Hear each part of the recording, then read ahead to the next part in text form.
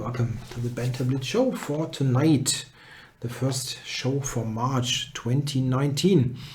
Let's get to the actual board screen and play some games. So, who am I going to play? What about Bouncer? I don't know when I last played him. Okay, yeah, I played him only once.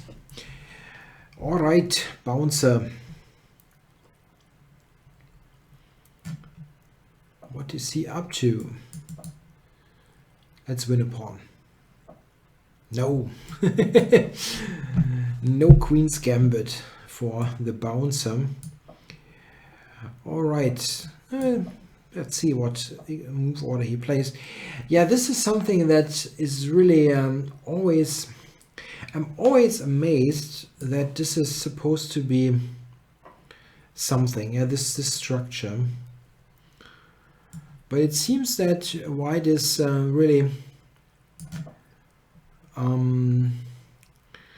playing for an advantage these days in this kind of situation.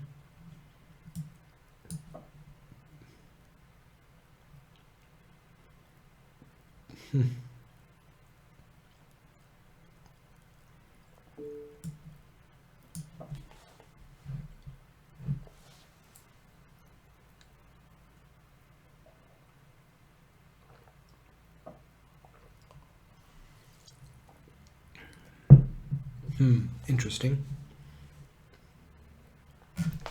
So if I play a6, he's taking there, and I have to take with the knight. That is a bit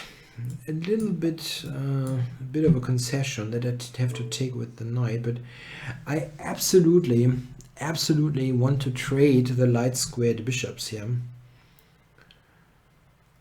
This,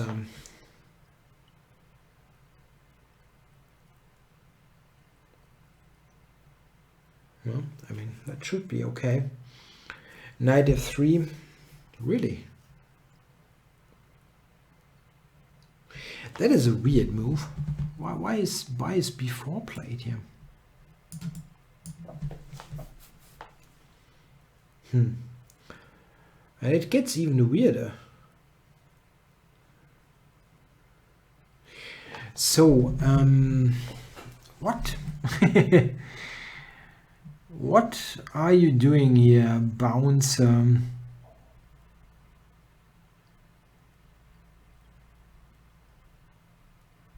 mean, I have stuff like knight b6, queen a3, knight c4, yeah? Send him back. I just wonder if I have anything better. It just looks so odd with the queen there.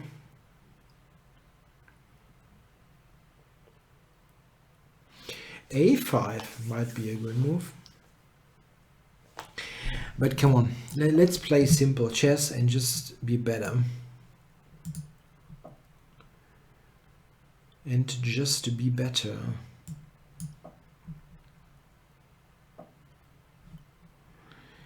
The question, one question is if I should go e5 or it's just e6.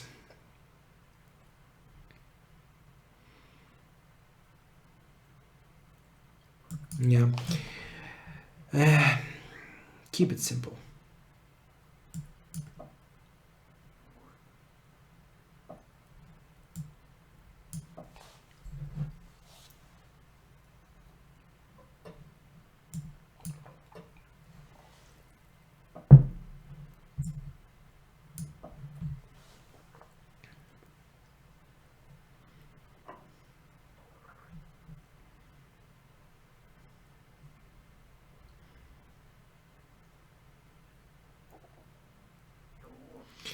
Interesting. I did not think about this at all.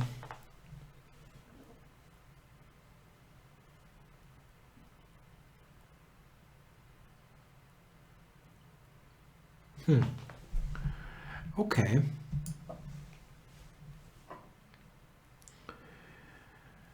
I will get that back. It's not really an issue.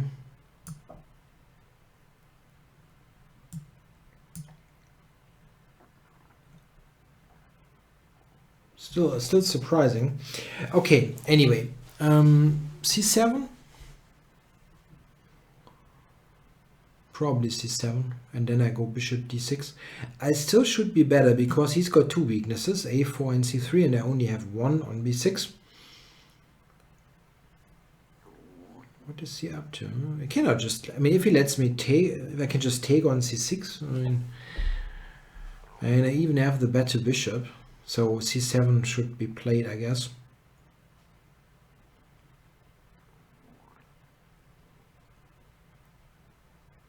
It's a bit odd.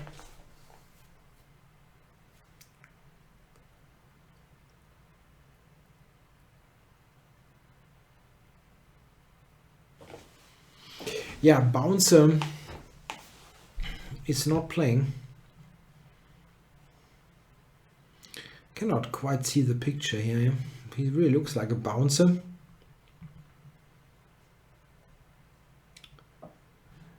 Yeah, okay. I don't have much of a choice there. Okay, knight d6, but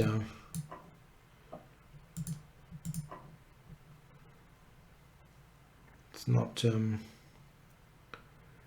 really all that important.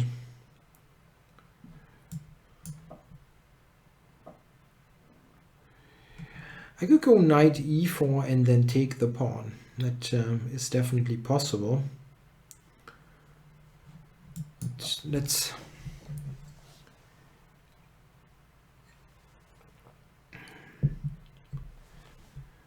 make sure I'm not getting back rank mated. The weaknesses don't go away.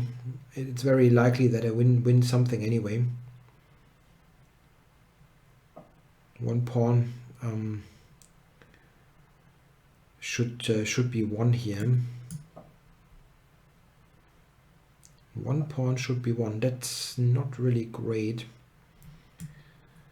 Or one pawn should fall. Yeah, it's probably a better way to phrase it. Okay, I'm not sure what he's up to. Knight to b4 or something that doesn't do anything.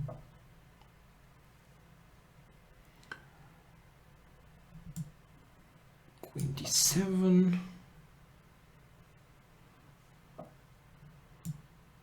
Okay, and now I should go b5 at the right moment. Yeah, the chat is very, very low-key. Somehow the German chat is always much more lively, even though the pure viewer count is not a big difference.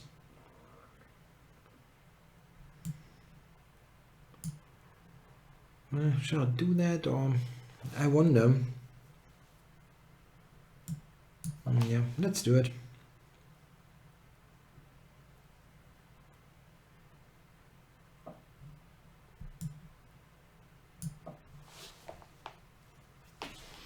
Keep an eye on a4.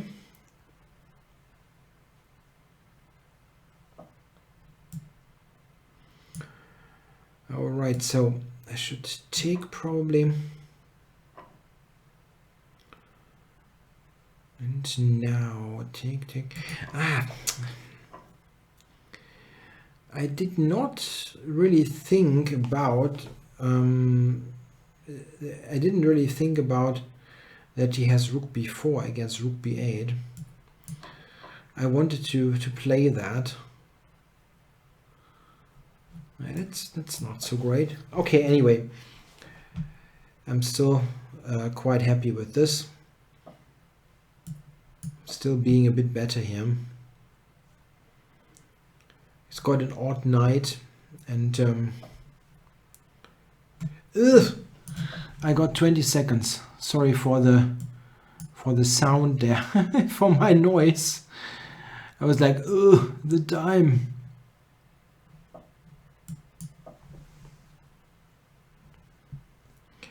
Ouch.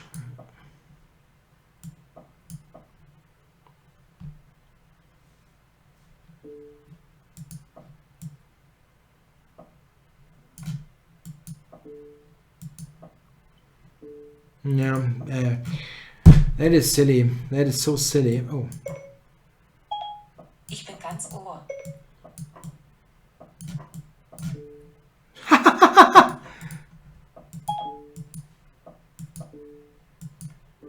Yes!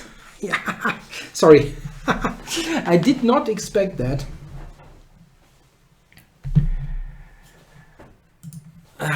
Yeah, okay. Anyway, I just did not pay attention to the clock at all. At all. Yeah, Siri, shut the beep off. I should really switch it off. Or switch her off. I never use Siri anyway, so I should switch it off. Anyway, so next game against Shadowmate.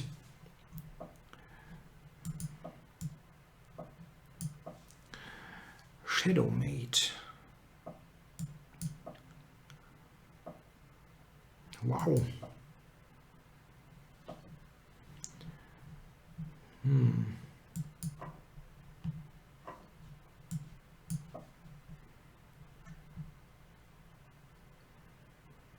It's a bit of an odd setup that White was going for here.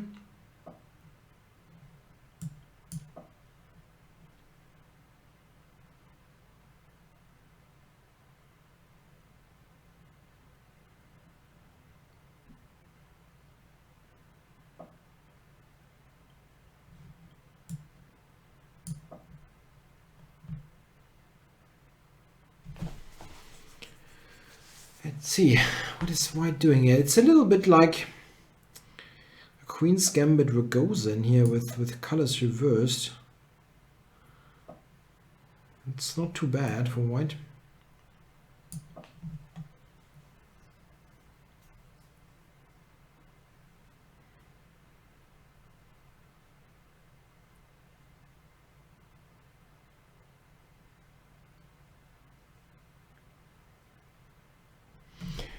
Yeah, I need to quickly get rid of the e5 knight, otherwise it could get ugly with h4, h5.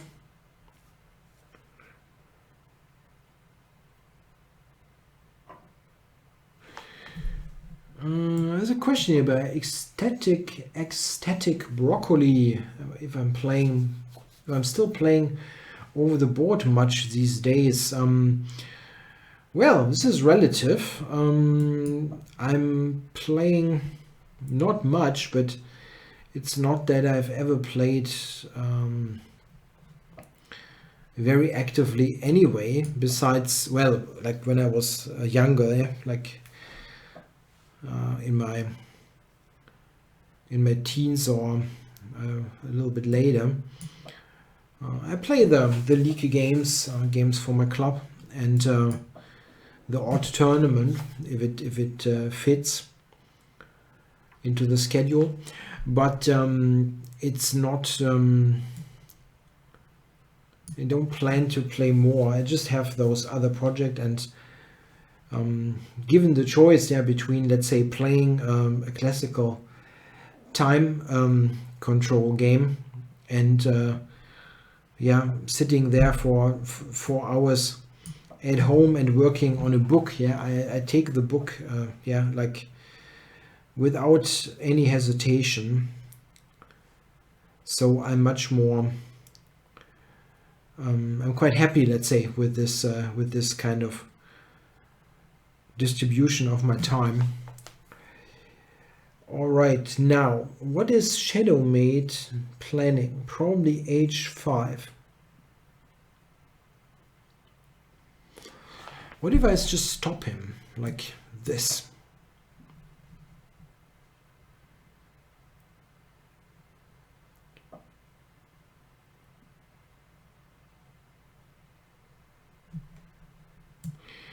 There's the World Team Championships, and Miktal says that Iran. Oh wait, Bishop takes g6.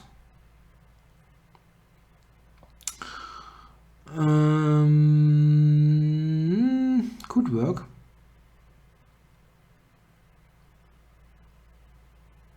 Let's see. Miktal asked why only 10 teams play at the World Team Championships. Well, why not? What exactly is wrong about it? It's always been 10 teams since this. I mean, this exists for quite a long time. This competition. It always has been 10 teams, as far as I remember. I don't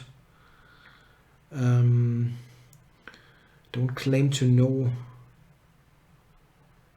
that in detail, but I think it always has been 10 teams. There are the continental champions, the defending team, something like that. It's not random or anything. So there's a reason, for example, why Germany is not playing. We didn't win the European event. And again, the continental champions and a little bit more. I'm not totally certain. Probably the federation who's. Why is Sweden in this? That's a good question.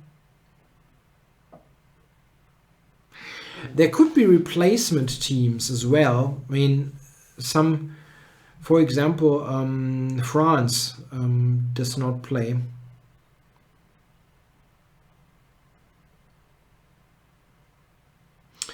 Okay, I don't quite know how I'm supposed to make headway here in this position.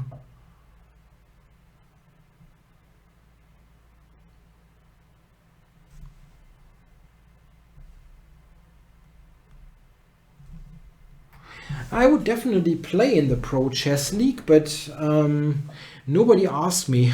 So if somebody would ask me, I would be interested.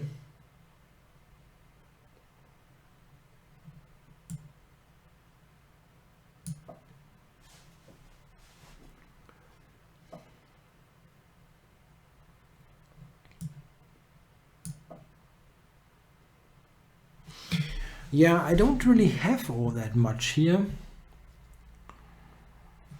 to play for.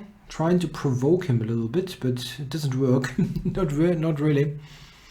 Maybe I should just pile up onto the e5 pawn. That is something that could work. Let's try.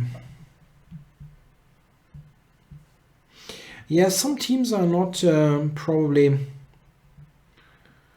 at their strongest in this event, like the US team, but I don't know the background there. I think it is a reasonably important tournament, but it's not. I mean, the Olympiad is far more prestigious and stronger. Okay.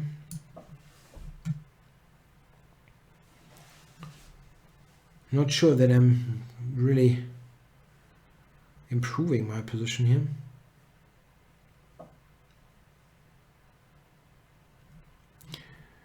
Yeah, c3 hangs. I'm not sure here. I think I'm taking this, even if he goes bishop d2, where I have bishop b4. And this is not a problem, I think.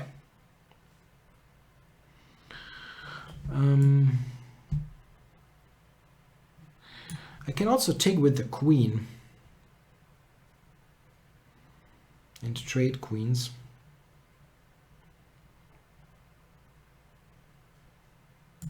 Yeah, unsure.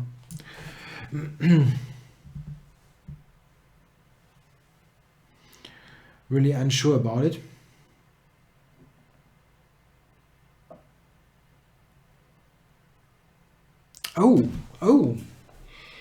Oh, that is a good move.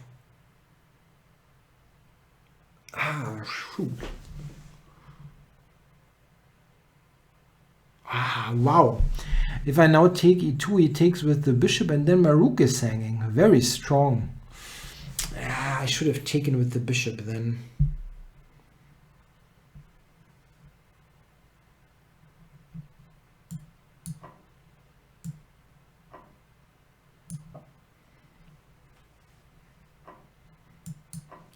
Now I'm two exchanges down. 2 exchanges.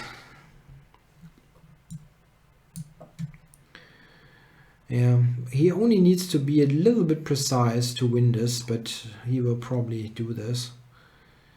It is not, I mean, it needs a bit of precision. You should probably return the exchange. 1 exchange.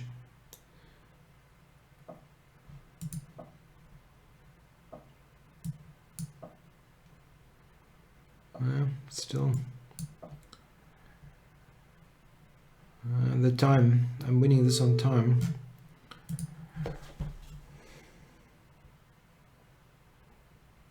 It is not super trivial. Not really. Yeah, okay. Thanks for the game, Shadowmate. That was F4 was a very strong move. Okay, so who is on here? Eisenstein. Let's play Eisenstein.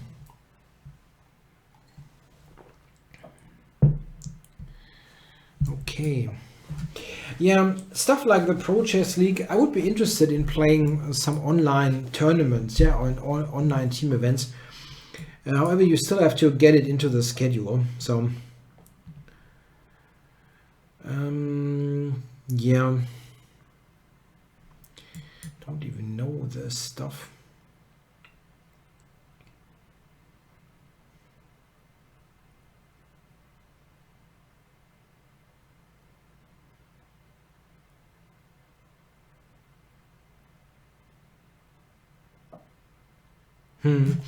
Yeah, something like this is probably a theoretical line.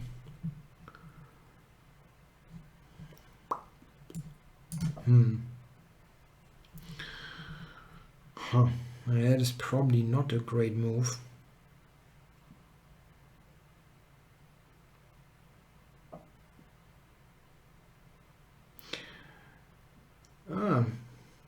Mikdal wants to know what I think of the Black Medina gambit. Yeah.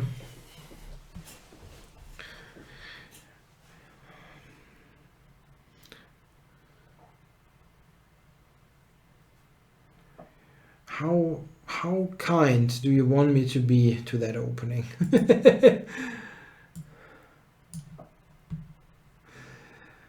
I mean, it's the kind of thing that certainly you can play in Blitz, and it won't be super terrible, but it is really not good. Yeah. Probably you will find many opponents on the black side who have absolutely no clue. But if you meet somebody who knows something, then I don't think it's enough. By far not.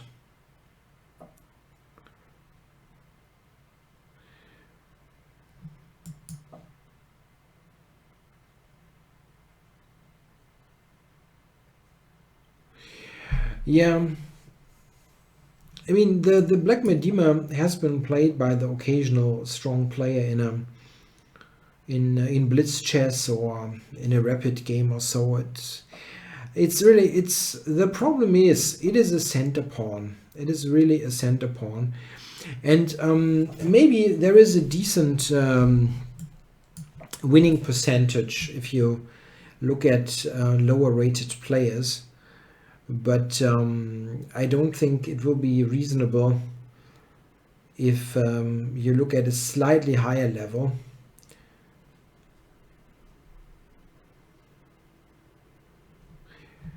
I really looked at the Black Medina at some point, just by coincidence, because I was studying the Karo.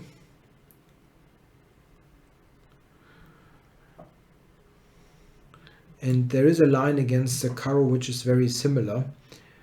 And what I found against this is also a good antidote against the Black Medina.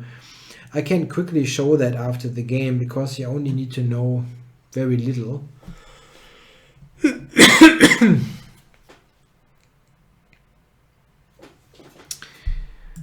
And I'm trading the queens here.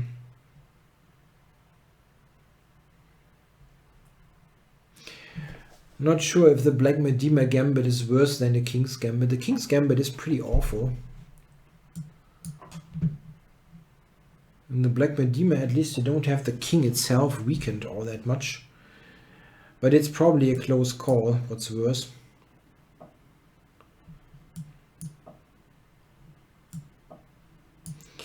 Oops. Take that. No, you should definitely not transpose to a French. After in the Black Medina Gambit, that is just wrong. So okay, so yeah, there are different. You can do this immediately, or knight c3, knight f6. Yeah, for the sake of simplicity, I'm not going to try to refute this move order. Let's say with e5 or something. There are ideas like that. But let's say you get here. Yeah, this is the classic position, and a simple way of playing here is just the move c6. After c6, black is fine, very fine. Yeah, because after f takes, you play e5, and black is in very good shape. And if white cannot play f takes e4, what does he play? You can do this, which is basically a Caro-Kann with f3, which is ridiculous. You can play bishop c4, after which b5, b4 is good. Black is just better here. Maybe you can equalize with some precise moves, but it just sucks for white. Just that's what I know about the Black Medina, and I'm happy to play that if somebody wants to. I'm taking the pawn and I'm happy about my life. You can also take on f3, of course, I mean, and be better. But I looked at c6 some years ago, and I mean, this is already quite ridiculous for white that you don't have a good move against c6. Okay, so I play better. Better. No. I did not want to play e4. Friggin' mouse slip.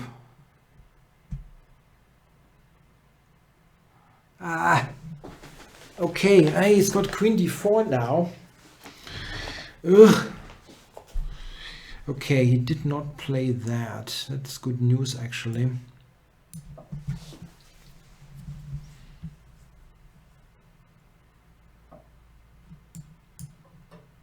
Knight takes e4. Yeah, but okay, what I didn't really have anything good here.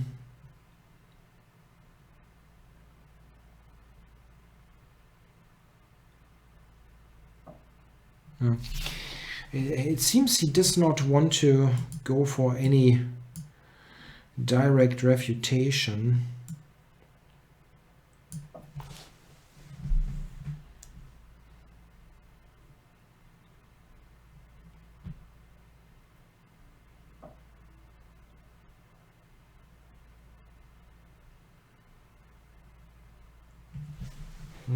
Okay.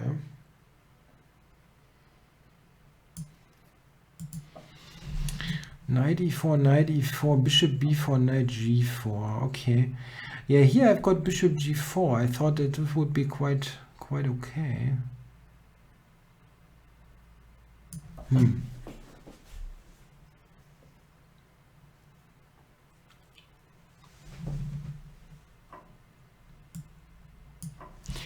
No, there's a question here by Chichurin if I think that most openings will essentially be refuted by machines. I mean, it's something that we will never probably completely be sure of. But I think that probably every reasonable opening will be at the end be a draw. It's just a matter of yeah, how difficult it is to play.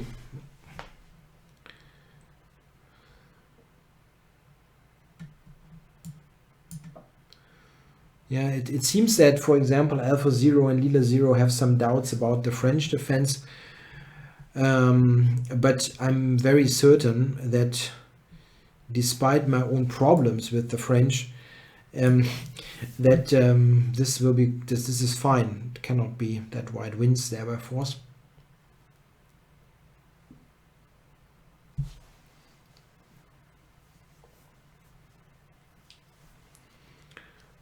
Okay.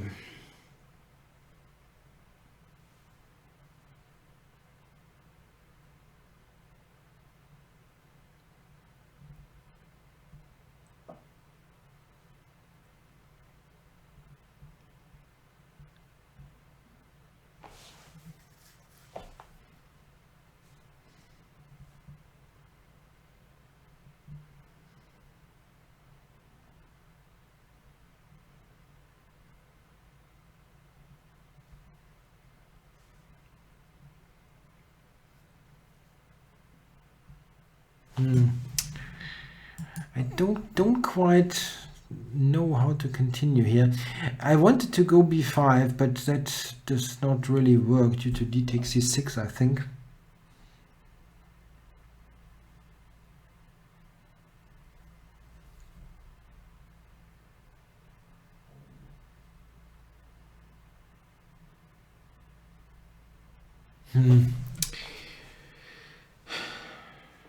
And it's not really great. Maybe I can double on the c file behind all this. Like double, then take on c3, take on d5. That could work.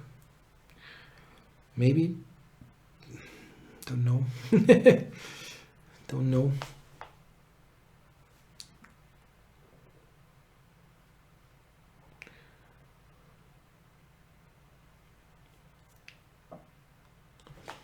Interesting.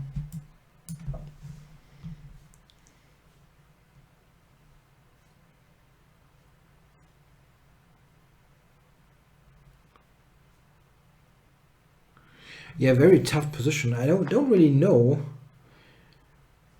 how to evaluate this. I'm wondering about f3 the whole time, but it doesn't seem that this is on white's agenda here. Yeah, but I didn't think it's good, you know. Maybe I'm just wrong there. Okay, knight takes, bishop b4, and then I can take f2. I thought this is just good for black. And I might be wrong, but I thought it's just good for black. Oh, didn't quite spot rook f1, which is not exactly difficult to do. Then I've got queen h4 though. Okay. Okay.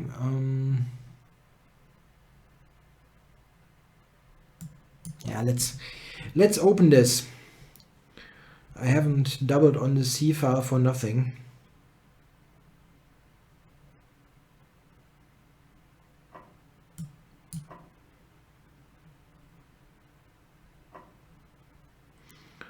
I could take with the queen even, huh? For queen c2 and threatening queen c1 with mate.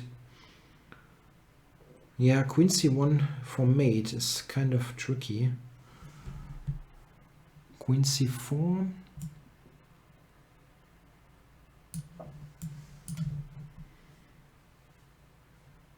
After a queen trade, I should be fine.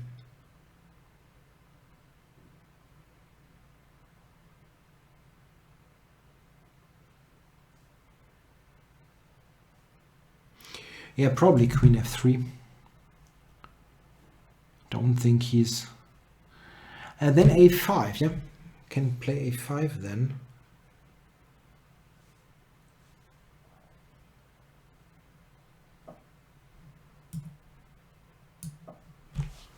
Yeah, the white pawn structure is a little bit loose. Yeah, there's e3 somewhat on its own, d5, h5.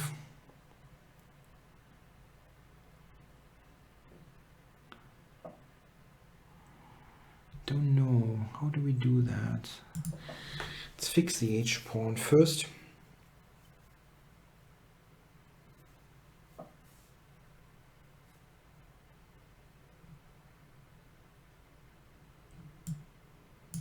Going to e7.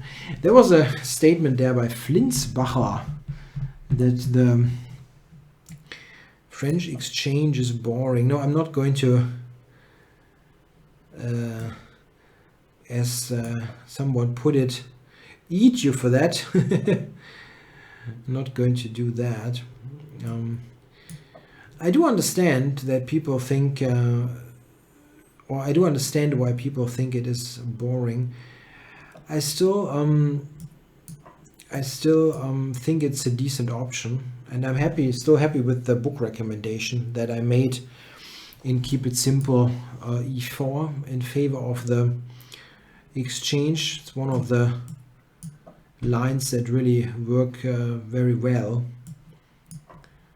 I see it with many of my students. They have fantastic results with it.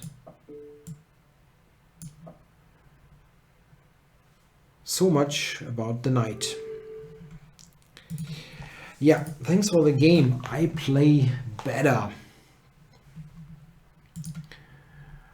Okay, who is on here? The King 03.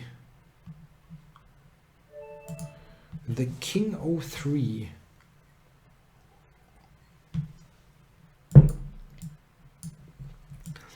Yep.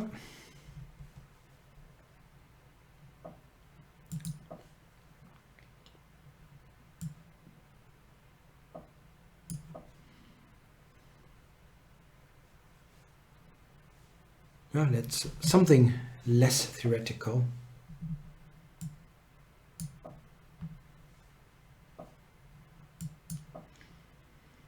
A Tory attack. Torre, no? Tory sounds like, I know the British Conservatives are doing stuff and they don't. At least not related to a chess opening.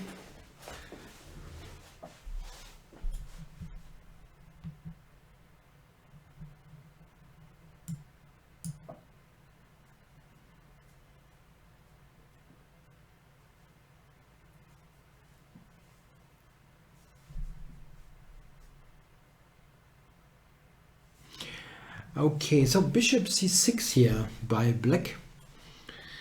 Let's see, it's not so easy now. If he castles, I could... Yeah, okay. Interesting. Okay, I'm just taking this.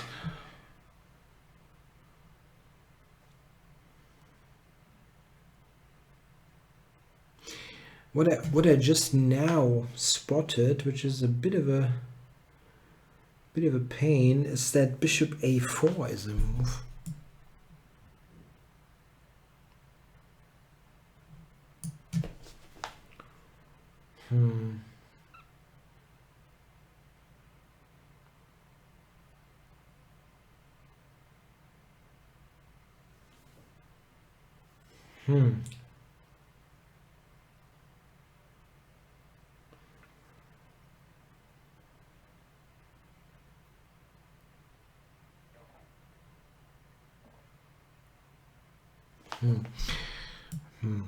Sorry for the Yeah, I completely missed that idea.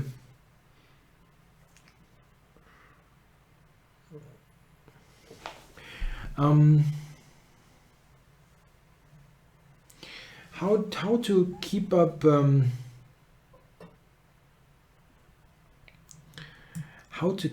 with opening theory?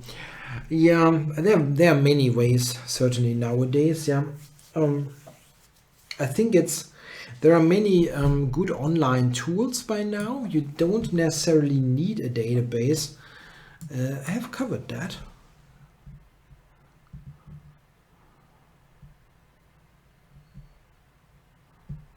I thought about this. There are some other possibilities nowadays. There are many online databases. For example, Chess24 has one with this type of exploring, where you can drill down, and you can do many things with that, which is at least a good alternative to ChessBase, what everybody uses on the professional level. it is an idea if you want to keep up to date, to get something like the New in Chess yearbook or magazine. The yearbook is about opening surveys, about that mostly. It's not the only thing, but it's the main thing. And this is definitely very helpful to keep up with latest trends. And of course you can get all the new games, for example, by sources like The Week in Chess, and simply check yourself what they play, what is in fashion, and so on. There are some ways to do that. There's a question by Power of Knights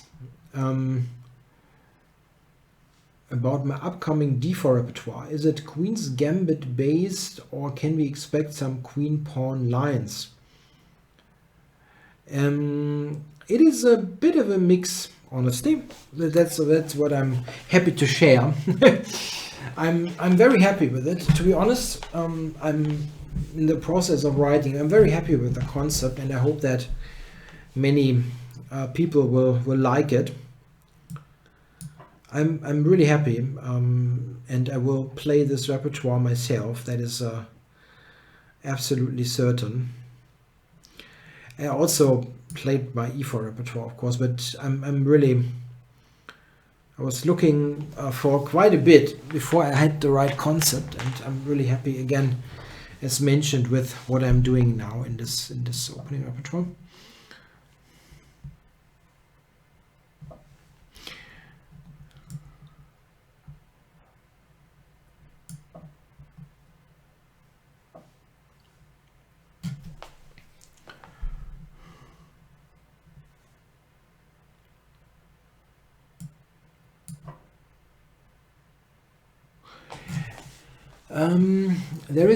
There's a statement there about opening theory, that Susan Polgar said that opening theory is not important until you're rated 2000.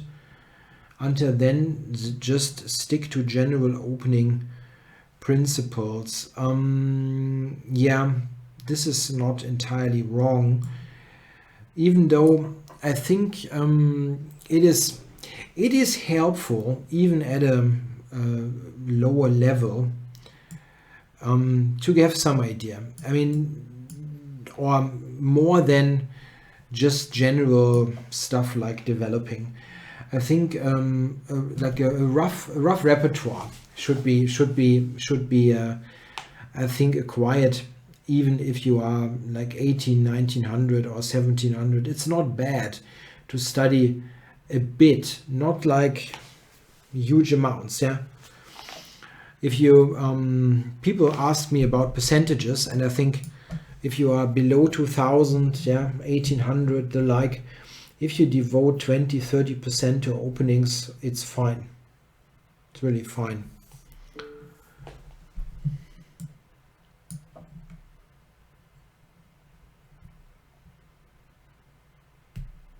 What is very important, and this is something that is often, I don't know, think misunderstood, is that the opening is just a part of a chess game that is not somehow detached from the rest. Some people convey this impression that just because things are known, like move by move known, it has no relation to chess in some way. Yeah?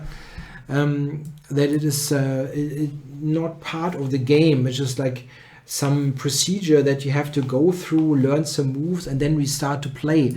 This is not true. Yeah, you play from the very first move on, and it is simply the case.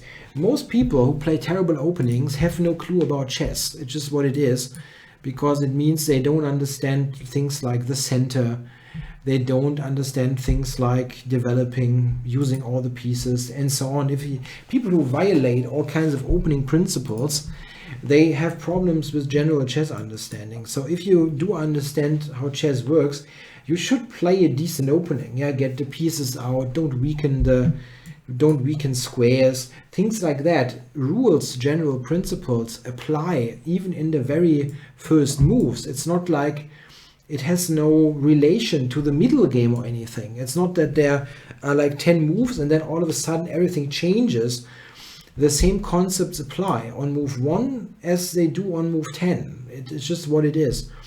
And if you are not very, if you are rated, let's say 18, 1900, you should learn those principles and apply them correctly. Then you will play decent moves. It just, as you could say, almost unavoidable to play decent moves if you somehow stick to those concepts.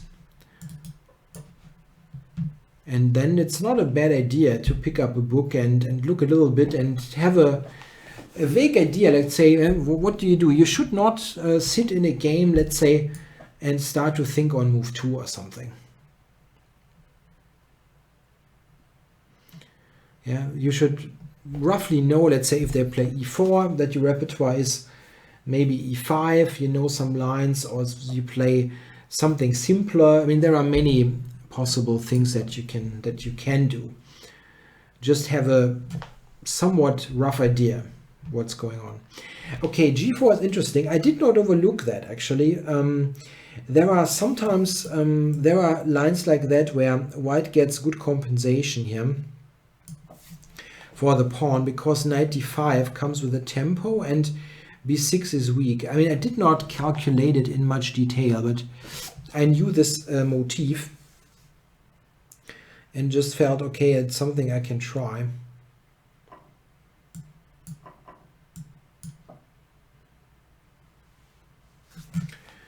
Let's see. I mean, I'm not quite sure where he goes with the queen. Queen d8, there's bishop b6, and where do you go? Queen c8 is a fork. It's not easy.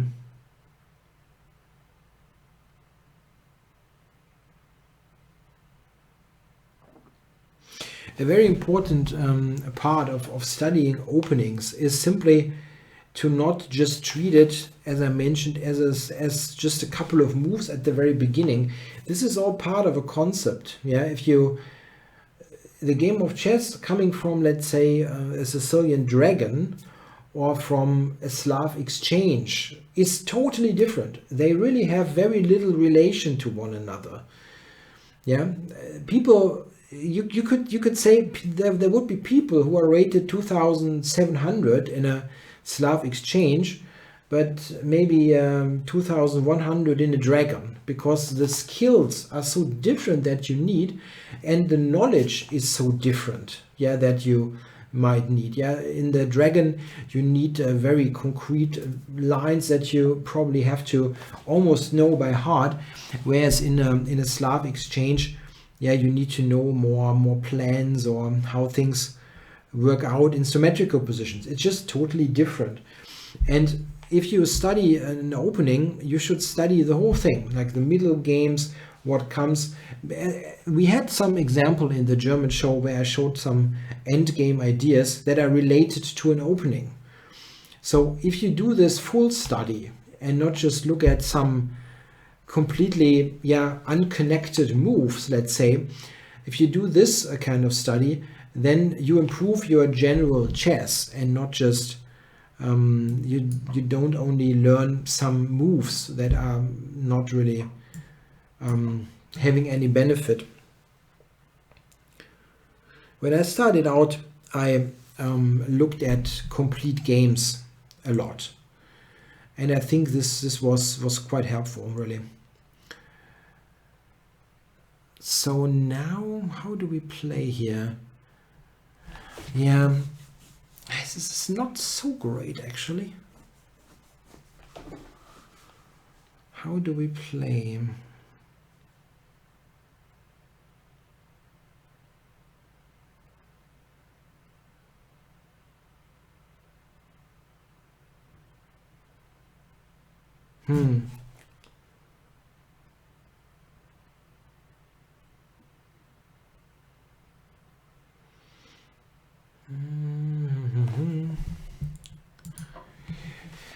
A good question. By power of knights, if I have a concrete date when the d4 repertoire will be released. Yeah, kind of. Kind of. It should be in about 3 months from today.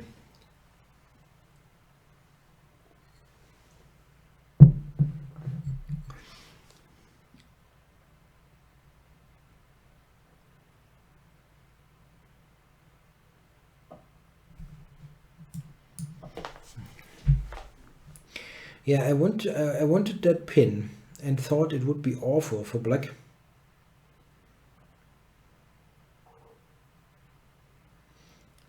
I don't know if he had something to avoid that.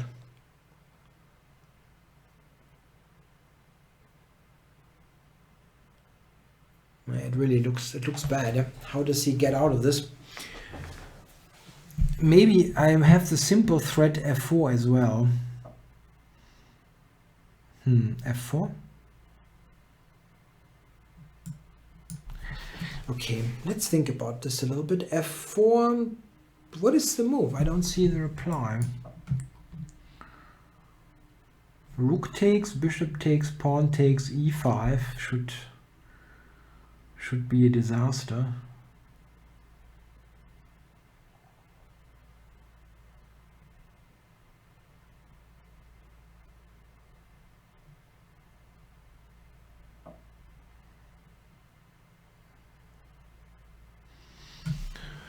Okay, now how do we do this?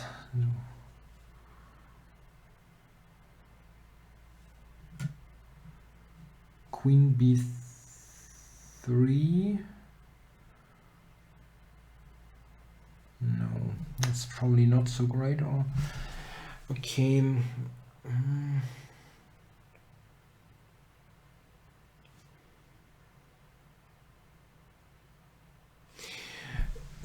After f5, this is a fantastically annoying pin.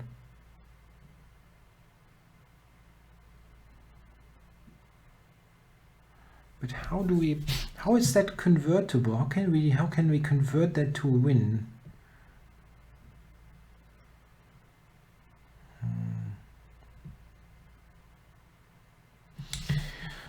I also feel like I should have a concrete win here, and I don't see it.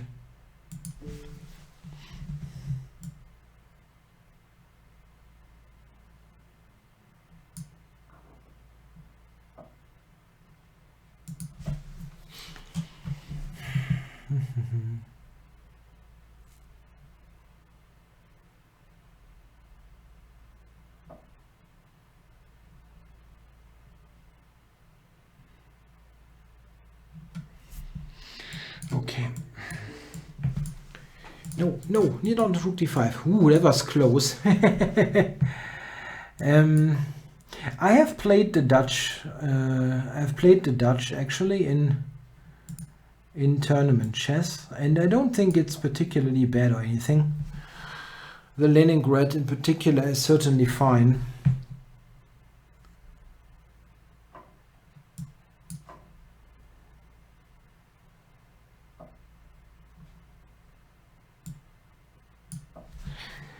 I don't think the classical Dutch is that great, honestly. I know Simon is playing it, but he's fantastically good in this opening, and I don't quite know how he does it.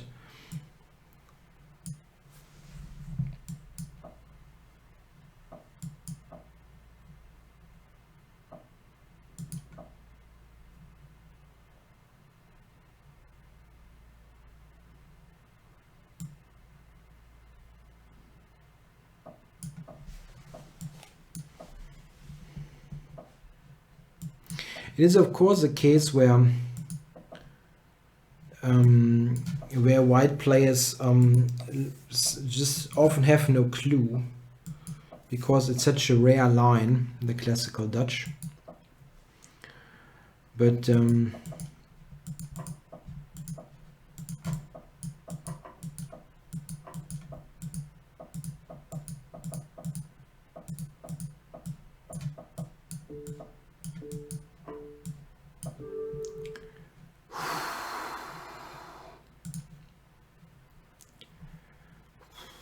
it was close.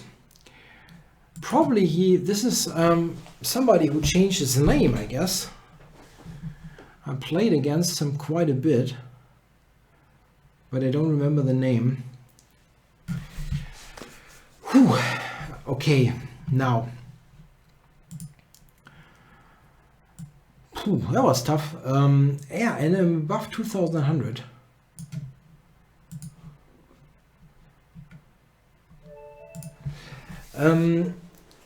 So, yeah, the classical Dutch, I don't know. I just don't like it. I have some concrete reasons why I don't, but it's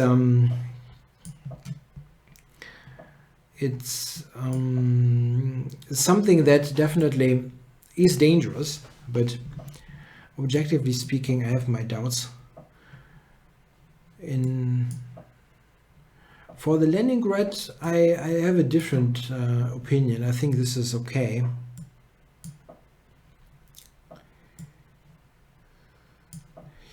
Yeah, this is the closed Catalan, one of the main lines of the closed Catalan.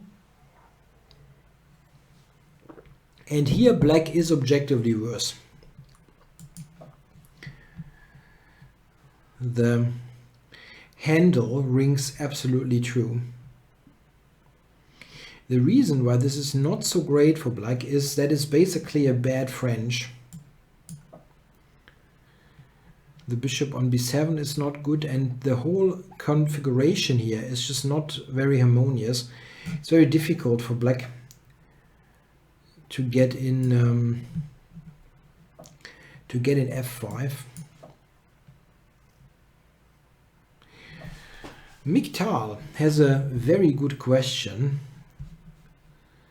and his question is it good to play always the same opening or change opening play? My advice is you should have there's white and there's black, of course. Yeah, it's a bit of a different thing maybe, or there can be different approaches for white and black. For black, my recommendation is, and it's basically a general one, pretty much regardless how strong you are, and you need less openings on a lower level, as we have discussed, but it's something that even would apply to lower rated players. My advice is you should have one opening, one line, one concept, let's say, that you feel very comfortable in, and that you basically would be willing to play regardless of the opponent or whatever. You kind of something reliable, something that you trust, something that you know well. You should have that. And if you have that and have some experience with it and studied it a little bit, then I think it's a good idea to like in specific games to branch out and try something else, so that you have some variety and a little bit more of a mixture of openings. But I would definitely start with something that you know really well. The problem is, if you know everything but nothing really in detail, you will get problems in important games or games where you face stronger opposition. So it's good to know something really well. It could be a somewhat solid opening, for example. I often recommend to play something symmetrical, like a Queen's Gambit, let's say, against d4, or e4, e5, or the Caro against e4, something rather solid, and then look for alternatives, like this typical, what you often see in UN Chess magazine, the SOS openings, yeah, secrets of opening surprises, yeah, where you just have something that you can learn reasonably quickly and that you can play as a surprise weapon. But I wouldn't work on like a bunch of openings in depth at the same time. That is really too much.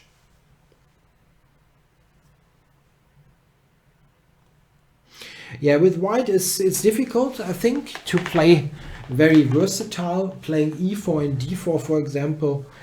both moves is quite a tall order. Yeah. So what you can do is, if you look at e4, d4, you could maybe play a more sophisticated repertoire with one move and a simpler repertoire with the other.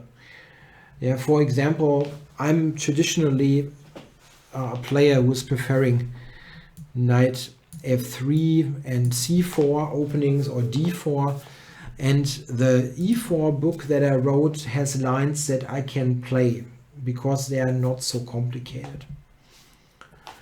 And you can, it's easier to add, let's say, the repertoire that I've written, the e4 repertoire, than something very sophisticated.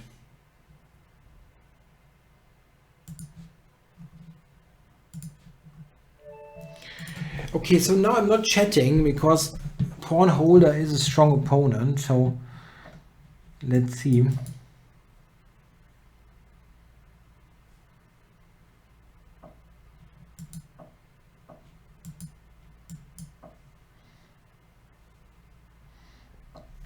He's playing a somewhat offbeatish opening.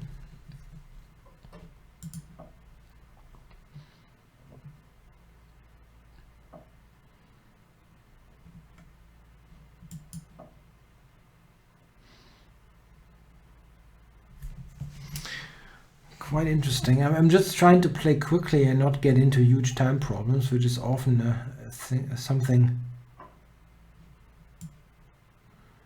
something that happens against him.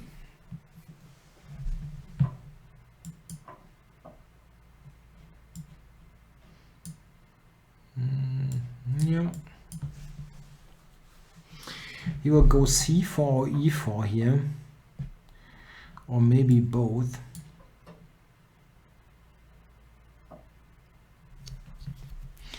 This is also an option, something that you play a mainline-ish opening, e4, d4, and then play some kind of setup as an alternative, like the King's Indian attack or Reti, these kind of things that are not so much depending on forced lines, or maybe even the London system comes to mind. It's also more of a setup than a concrete line.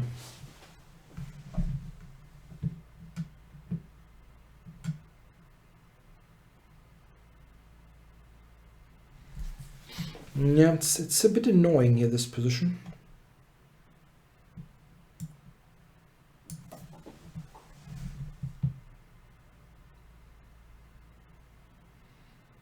White definitely has some pressure.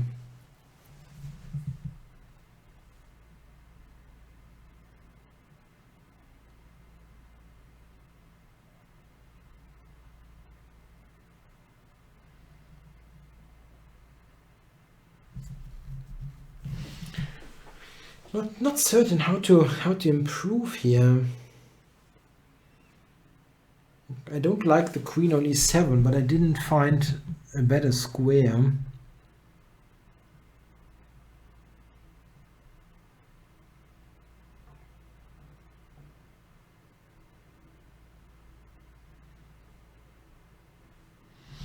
You can play queen a4, yeah, that's true. Maybe I'm just taking on c4, not happy about it, but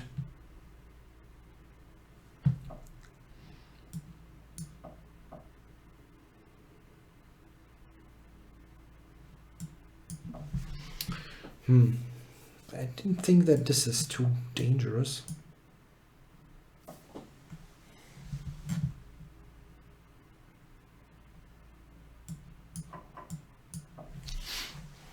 Get a5 in.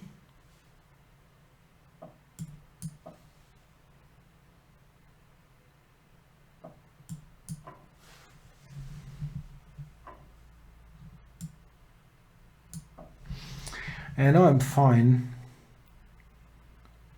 Not better or anything, but I'm fine.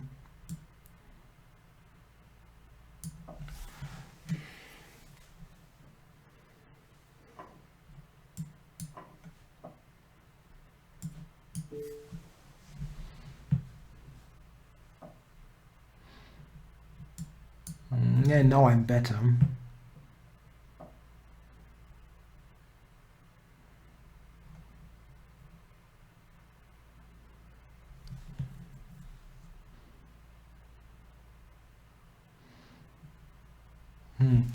How to play this? I mean, checking first.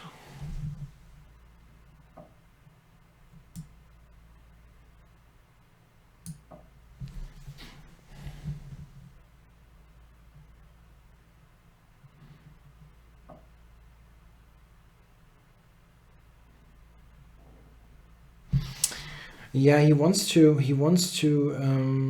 get into an ending and try to hold that. I mean, it shouldn't work really, but we'll see. Okay, I first give a check here,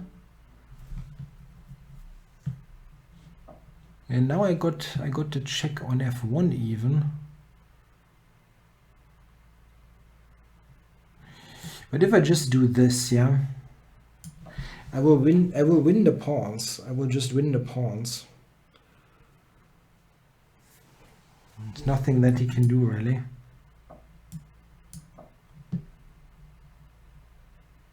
I win b4 and even c5.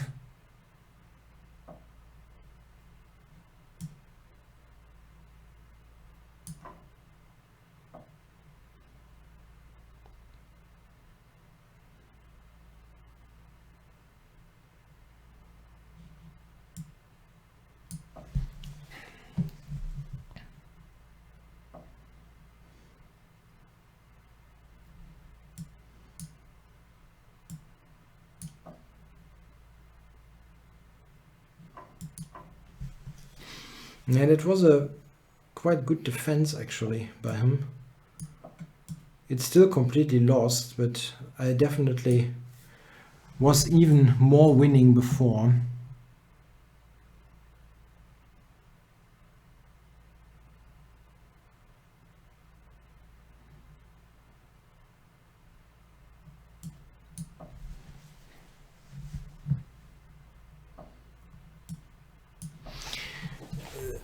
I think the winning idea here is g5. G5 here in this position. Threatening to play even g4.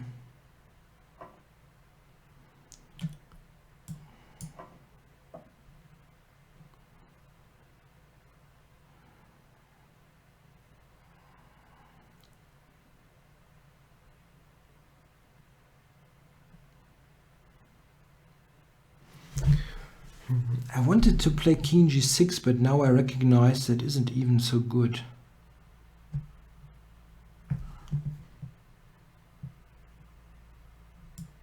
I can still do that.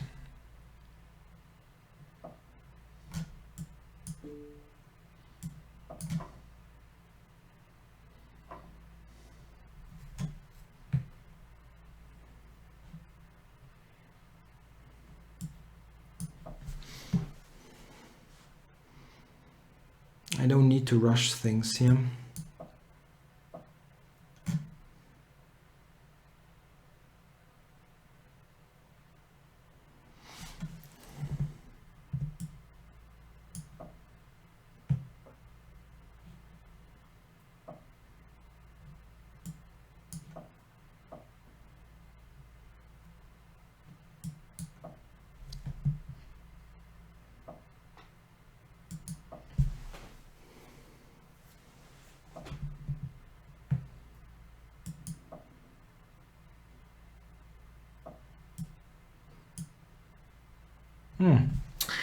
I forgot about that move.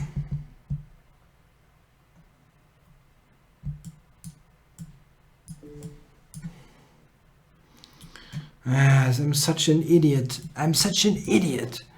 Losing this on time or making a draw is just so awful. It's just so awful. After this joke of a game, yeah, where he was just losing from the get-go.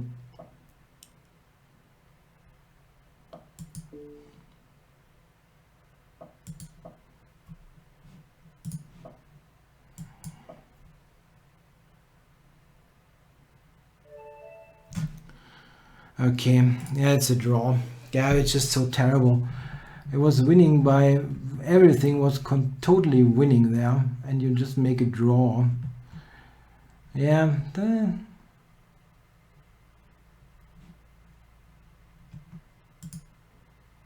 Even that is reasonably simple, but I forgot g6 there, that he's at the same time posing the threat and defending against the mate. That's the thing. Okay, yeah, thanks for the game, Pawn Holder. Okay, so let's lol gamer. I think we played a lot. Alan Thomason, I played him. Rofi, maybe Rofi.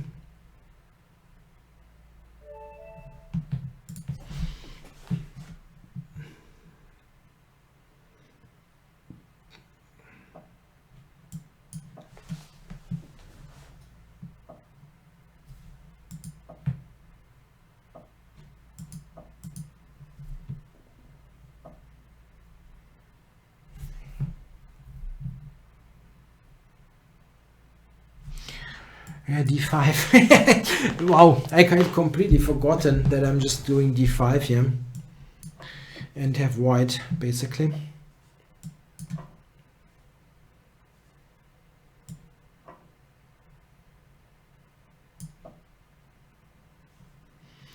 Yeah, this is a bit of an oddity, yeah, with a3 now. It is basically yeah, just a Scotch 4 knights where black has assumed the role of white. The extra move a3 is not really all that useful.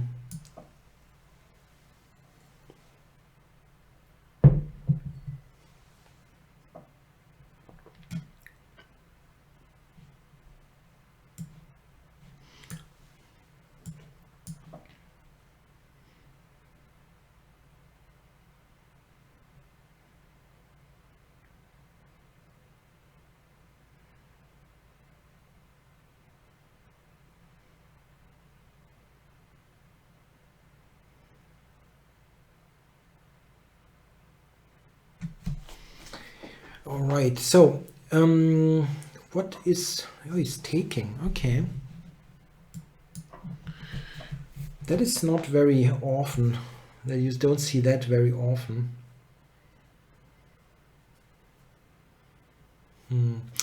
Okay, so let's play against the king side. He cannot take on c6 because of bishop takes h2. Oh, that is true, yeah.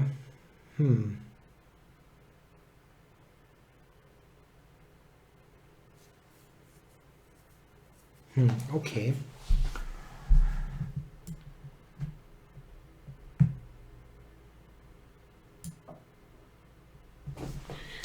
Can play on the back rank ideas a little bit.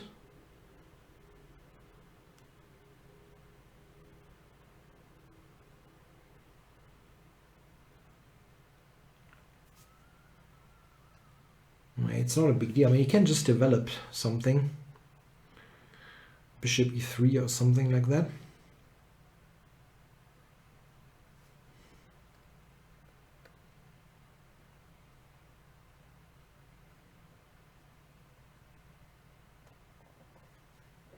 Yeah, the bishop hangs, but there's rook e1 mate, so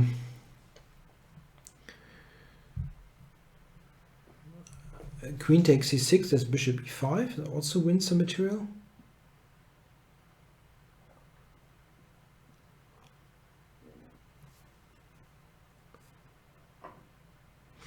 Yeah, this is something that I thought about. I couldn't quite believe it's good, but I did not make a calculation there. Queen takes, knight g4, queen f4, something like that. I can always play knight to e5.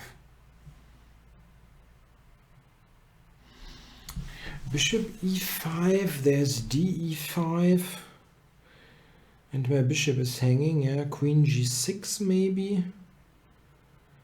It is not really helping.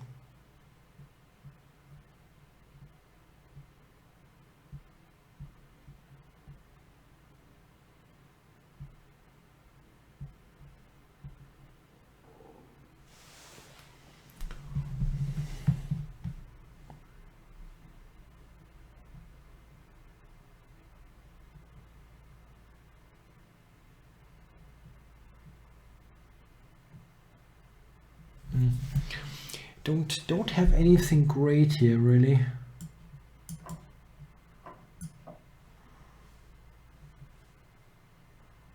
I overlooked something. He does not have knight e5 here because the queen is hanging.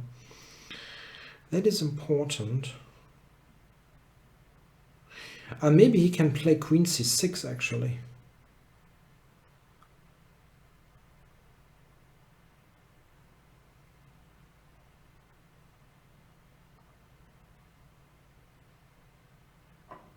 Yeah. No.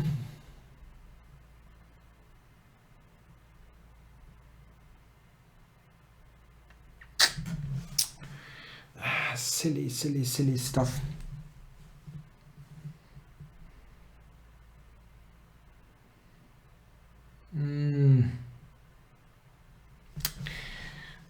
That is painful, really painful. This queen c6, yeah.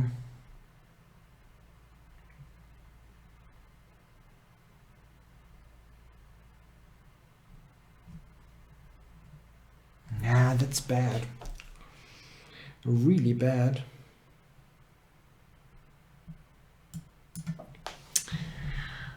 Now I'm just 2 pawns down here for nothing out of this wacky stuff.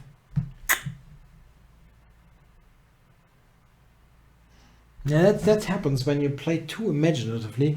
I should have just played something friggin' stupid simple and just be better. No, didn't want to do that. Like instead of rook e8, yeah, you can simply take and be better with black, but and not by much, but it's just okay. And now I'm sitting in this awful stuff.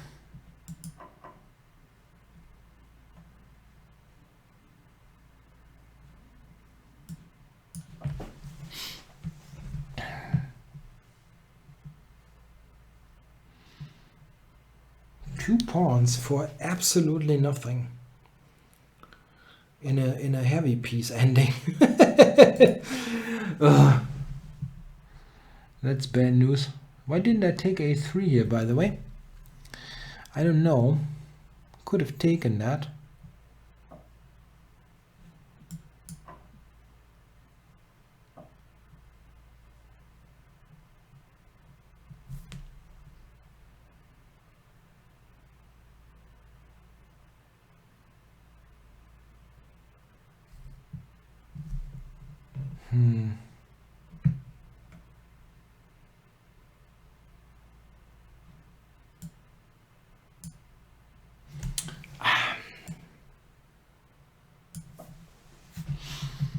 Yeah, that is the first loss of the session. Yeah, I did not lose any game before.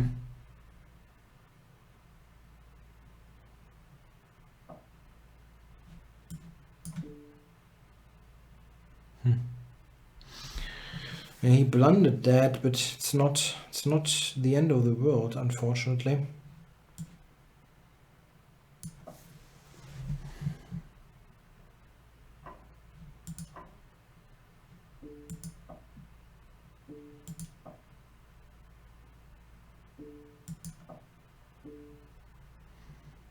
Yeah, I cannot play this for a win, yeah, that's impossible. He should still play for a win. He's still much better with a pawn. But he took the draw. Okay. So, I'm going to be able to play one more game. Maybe here, Manel 69. I have not played him before, so that's a good one.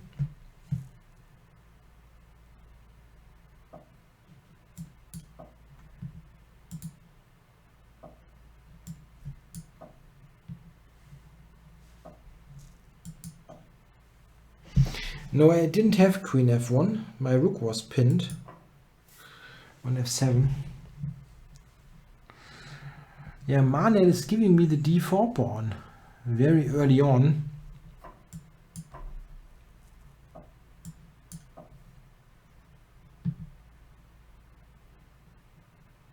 It's very generous.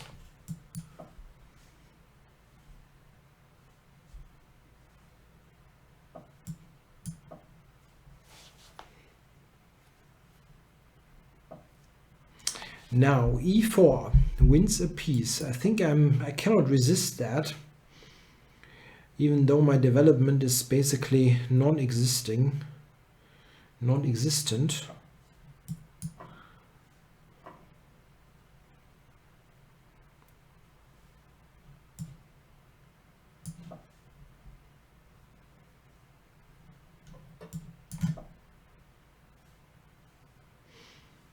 I didn't have tea tonight. Again, I got water. It's a bit better for me now to do that. I'm sleeping better without tea in the evening. Preventing the mate and trading. Oops, what's happening here? Trading a bishop.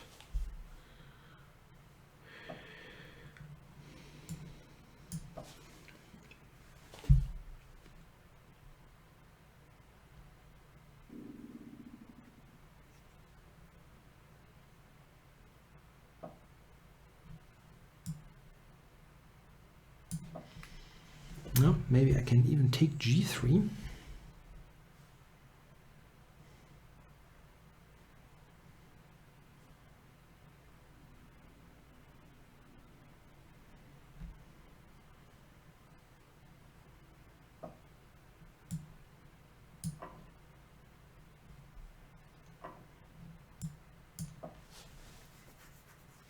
Hey, the drunken lawyer says he's without alcohol and energy drinks from today on.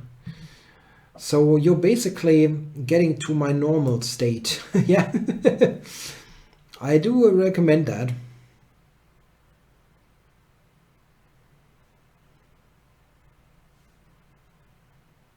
I mean, energy drinks, I'm definitely on 0. I never even had one in my whole life. Smelling Red Bull is enough for me. Like, ugh, never.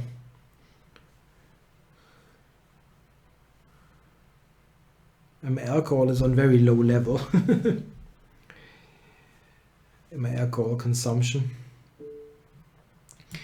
So we are trading down the house.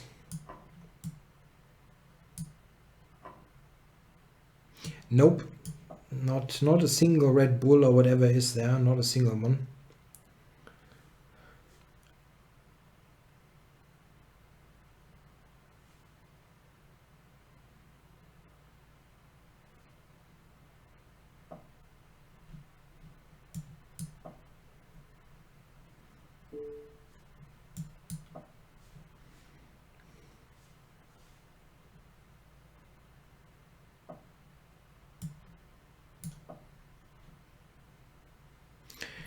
Yeah, Manuel is fighting, but it's still a piece. It's still a piece.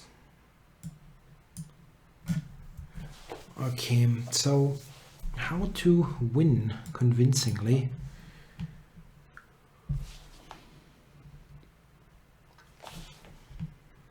It's a good idea to try to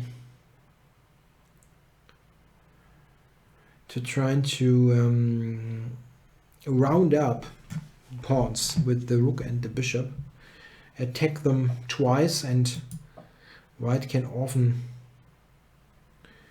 only defend it with one piece as he's a piece down. So let's try that.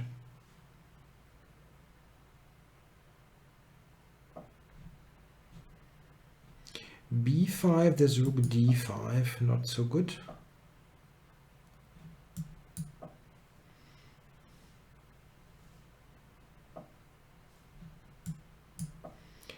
Try to trade. You will probably don't do that.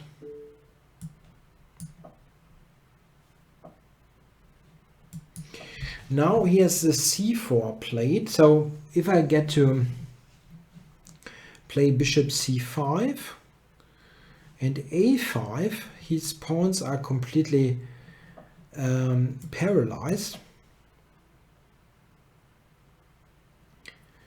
And f2 and a2 are two pawns that I can maybe attack with my rook and bishop.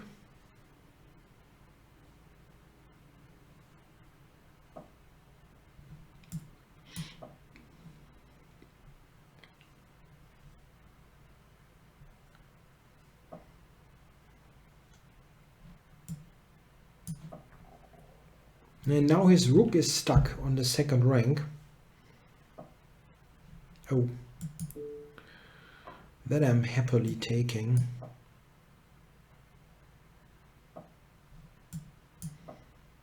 And now f4 cannot be defended.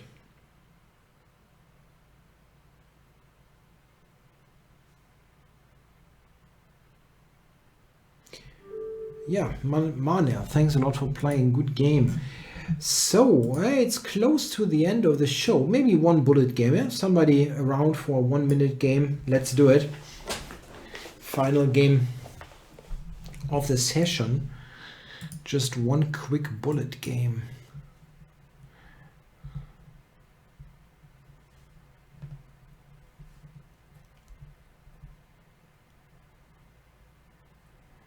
Anybody up for a bullet game?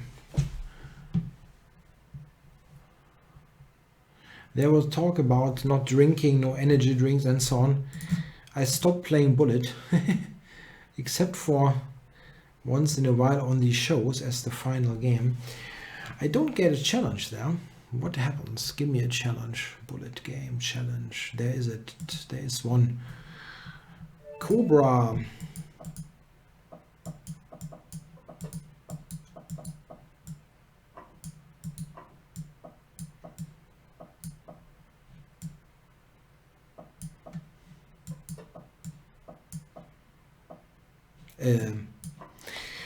That was the queen.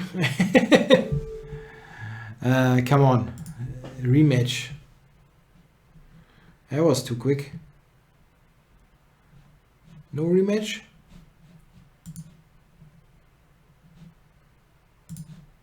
No rematch for Cobra. I would have done that. It was such a quick game. He says thanks. That's good. I would have been up to a rematch. Okay. So then do this one. One more. Float and Sting. I'm going for this. It's a good bullet opening. You can play a ton of moves without really risking that much.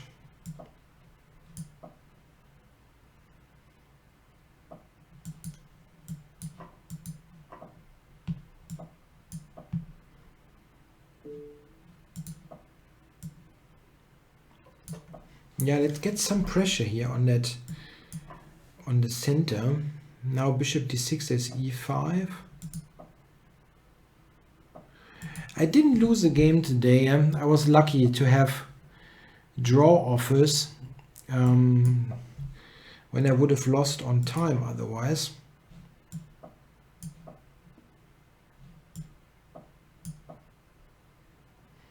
F5 is a move.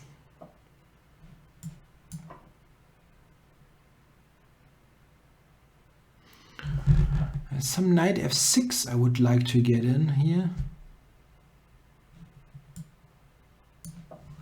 Queen d7, knight f6 wins the queen.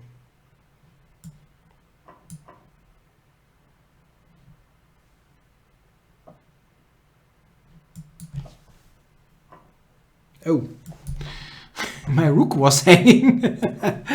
I didn't see that at all.